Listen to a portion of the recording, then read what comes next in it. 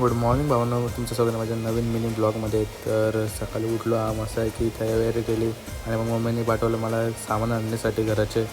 तर मग तिथून जाता जाता घराकडे थोडं लक्ष दिलं तर इथे आली भीतीचं काम चालू केलेलं आहे.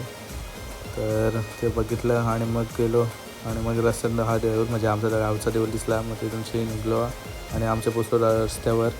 तर रस्त्यावर पोचलो ना, मग तिथून गेलो हार्डवेअरला आलो आणि तिथून घेतली ही टेप आणि टेप घेतली ना, मग आलो घरी आलो ना, मग थोडाफार चहा पिला आणि मग तिथून गेलो सरळ घराकडे. तर घराकडे आलो ना, बघतो काम किती झालं आहे.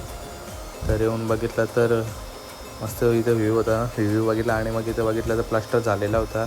मग घरी आलो, थोडाफार आराम केला आणि मग त्यानंतर गेलो बारके पोरं खेळत होते ते बघायला. तर ते त्यांचं थोडंफार जे भांडणं चालू होती ते बघले ना, मग मित्राच्यावर गेलो राशन आणायला, म्हणजे त्यांचं राशन आणायला गेलो.